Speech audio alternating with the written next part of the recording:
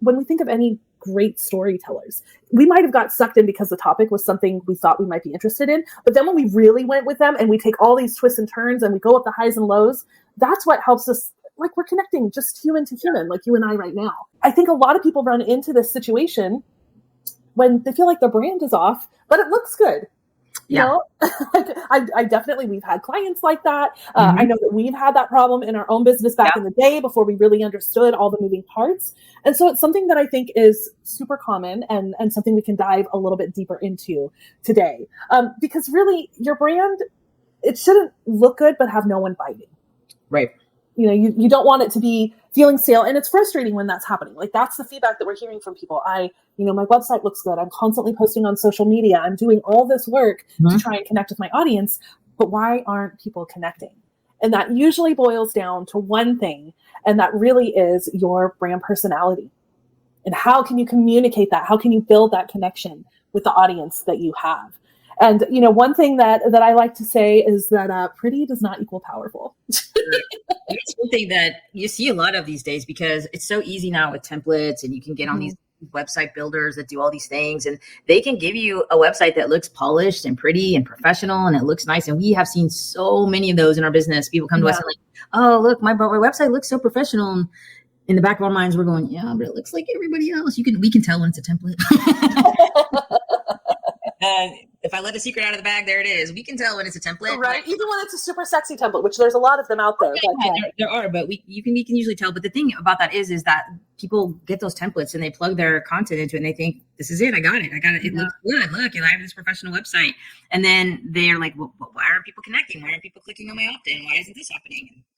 Yeah, and I think those are the symptoms to be looking out for, right? So if you're trying to assess for yourself, is this my problem? Is this what I'm running into? If you've done the reviews and visually everything looks like it's lined up and it's photos of you that are current, not from 20 years ago, and it's information that seems current to you. One of the things to go through and think about is, okay, if I'm having quality visuals but no engagement, then that means it's really the message. And the message is all tied to your brand personality, understanding how you want to show up in the world, and I think that's the most important part of it is we get to choose. I think we're a lot of times we're sitting around and we're waiting for other people to tell us how we're showing up. But no, dang it, you get to choose. This is 2025. I get to choose what I want to put out there. And honestly, what happens is that it means that the messiness of your messaging gets cleaned up. It means that you start to have emotional connection.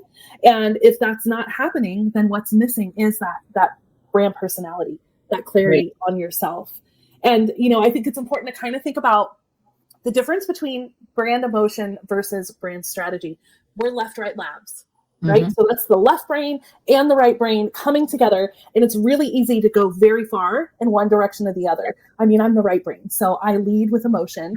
I lead with heart. But if I'm just running around doing that and I'm not actually I'm not letting Gretchen bring strategy to the table, well, then I'm creating a hot mess for our company and our clients. That's not helpful, And on the flip side of that, I mean, for you, Gretchen, if you're leading with pure strategy, but not thinking of bringing heart into it, then things can start to feel a little robotic.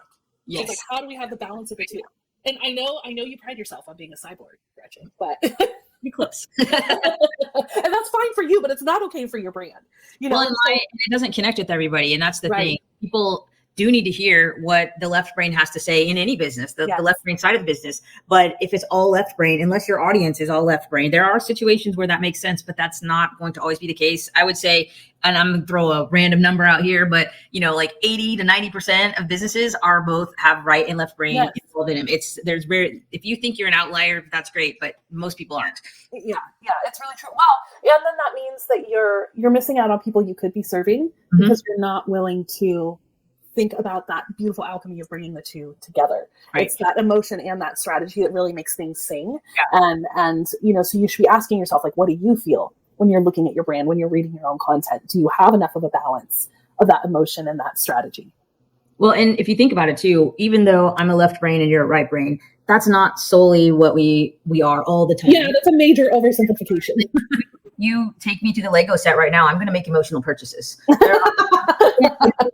Some gut reaction. I want that set. So it's not, my logic brain is going, you don't need that set, but the right brain is going, buy it. So we all have that mix of right brain, left brain concept. So that if your brand isn't conveying both of that, you're not going to be meeting the needs of your customer. Well, and it's funny you bring that up, because there is a Harvard study that states that 95% of purchases are made in the subconscious mind. Oh yeah. That's that emotional mind. That's emotional connection. So we want the support of the logic. The logic is so good for building trust, yes. right? It's so good for letting people know what specific things are they getting, or is there a process that you follow so they know there's proof that this isn't your first time of doing something. Like, logic provides that structure.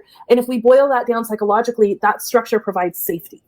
So that's an important piece. That's a really important piece to have. So you have to have that logic.